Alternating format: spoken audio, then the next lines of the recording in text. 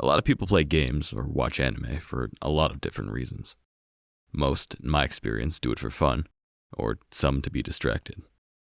As I've gotten older, it's been something I engage in mostly just to feel something. The easiest way, of course, for any piece of media to evoke emotion to the audience is through its characters. In the series Shingeki no Kyojin, there is a character named Annie Leonhardt. Annie is shown to be an unapologetic sociopath who engaged in unspeakable atrocities for some of the least sympathetic of motivations. Shingeki no Kyojin's ending is uniquely terrible in so many different ways, it's beyond criticism. But I think for me, seeing this singular, unrepentant character getting this joyful send-off from the people who've been wronged by her the most has made it unredeemable for me. This series that's been a part of my life for such a long time, in many ways became something I feel disconnected from, thanks to the writing of one character. Persona 5 is far and away my favorite JRPG. Between the masterful aesthetic, banging soundtrack that essentially defines my channel's audio, and the intuitive and fun systems, it's no wonder why this game is still so popular this many years after its initial release. Actually, now that I think about it, how long has it been since its release?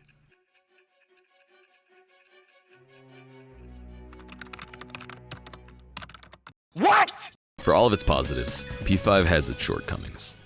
I think the biggest letdown of the game is how it handles its characters. Some characters are introduced, developed, then ignored for the rest of the game.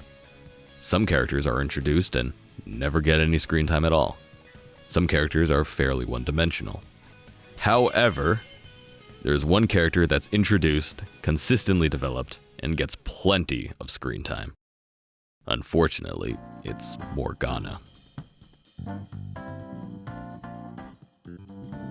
There's really no way to help you understand how awful Morgana is without describing its relationship with another character.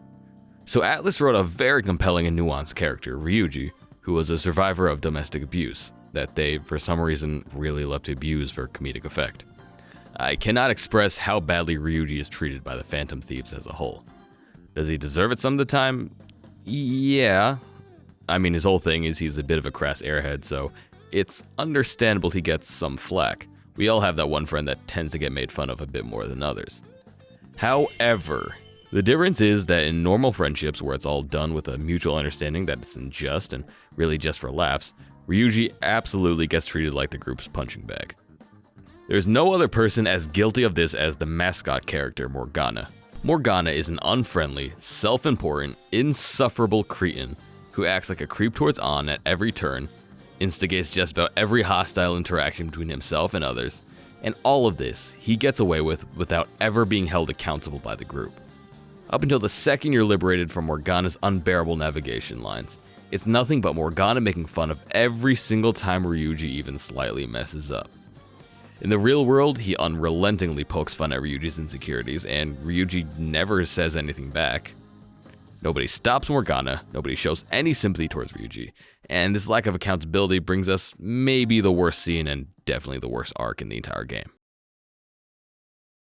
So Morgana constantly puts down and humiliates Ryuji without ever being remorseful, and about 50 hours into the game, during a meeting in which they aren't able to come to a unanimous decision, which in hindsight turned out to 100% be the correct choice, Morgana once again lashes out, singling out Ryuji for being in the Phantom Thieves just to pick up girls. I'd like to take a second to remind you that A, this has never once happened, nor has Ryuji made any serious attempt at using his status as a Phantom Thief to do this. B, Ryuji has been with Joker since day one, and from the start has only joined to stop rotten people such as Kamoshida from abusing their power. C, Morgana is really the only person who joined the Phantom Thieves for an entirely self-serving reason, in wanting to use them to regain his memories. And D, Ryuji agreed with infiltrating the palace, so he was technically on Morgana's side. Morgana then remembers the very sad memory of Ryuji crassly, though correctly, pointing out how Morgana's role within the team has become somewhat obsolete, and has a breakdown after being horribly subjected to an ounce of what he dished out to Ryuji throughout the game. He once again insults Ryuji's intelligence while preparing to do something considerably more stupid than what Ryuji has ever done. By the way, the game wants you to feel bad for Morgana, and be upset at Ryuji for standing up for himself? If you played the game, you know what happens next. Maybe the only redeeming part being able to watch Morgana get the shit kicked out of him.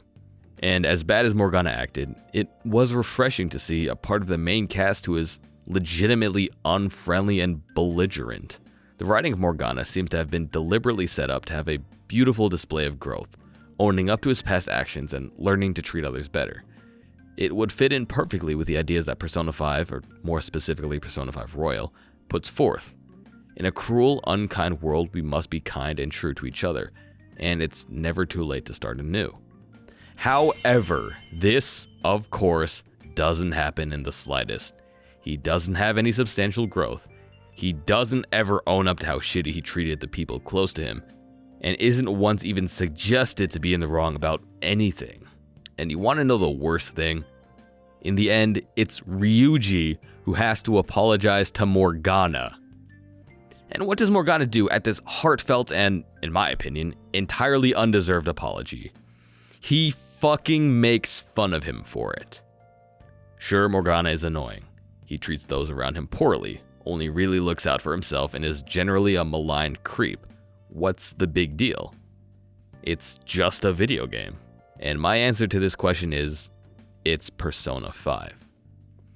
If this were any other game, I could probably abide by just chalking it up to bad writing and not spending hours making a video essay on a mascot character.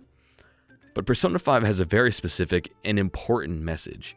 The main takeaway of this game is not turning a blind eye to injustice, and that we must ultimately hold people accountable for their actions. That's what the Phantom Thieves are. It's why we want to see their missions through, and it's why we as players connect to them so deeply. Morgana's behavior throughout much of the game isn't only misaligned with the core values of the Phantom Thieves. It's almost reminiscent of how a lot of the targets might treat others. How can the Phantom Thieves be heroes of justice when Morgana betrays everything they stand for? So to give you something more to take away from this video than cat bad, it's that Persona 5 says something important. It's simple in principle, that we need to uphold justice no matter what adversity we face. And we ultimately accomplish this by holding those who mistreat others for their own ends accountable. Morgana isn't a character I despise so much because they're annoying, or they're confrontational, or even that they're just mean. It's because when we play Persona 5, we enter a world where we can directly fight to fix an unkind and broken system. And Morgana is someone we lukewarmly accept even though their actions embody the system. Persona 5, like most games, is a power fantasy. This isn't necessarily a bad thing, though. Through playing this game, we're able to transport ourselves into a world that injustice exists in, and unlike the real world, our actions have tangible effects in stopping things like abuses of power, oppression, and exploitation. For once, the little guy can fight back against a society that's cruel, uncaring, and unjust, even if it's just in a silly game. But this one character took this away from me. And that's what really makes me upset. Morgana was terrible. He was an absolute narcissist who brought all others down to his level and made everything about himself. Time and time again, he was given a pass for his wanton cruelty.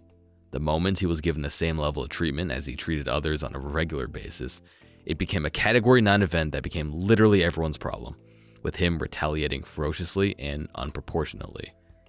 Yet, Morgana still somehow avoided all fault or responsibility.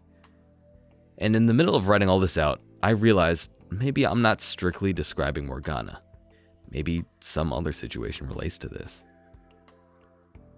So, Morgana and Ryuji have a toxic relationship, but of course, toxic relationships come in many forms.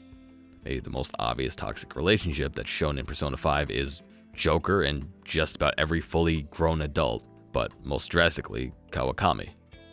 And in case I didn't make that point clear enough, Kawakami is a morally abhorrent Of course, this is a very inflammatory statement that most fans of Persona 5 will get upset about, and this should be addressed immediately. However, I'll save that for the next video.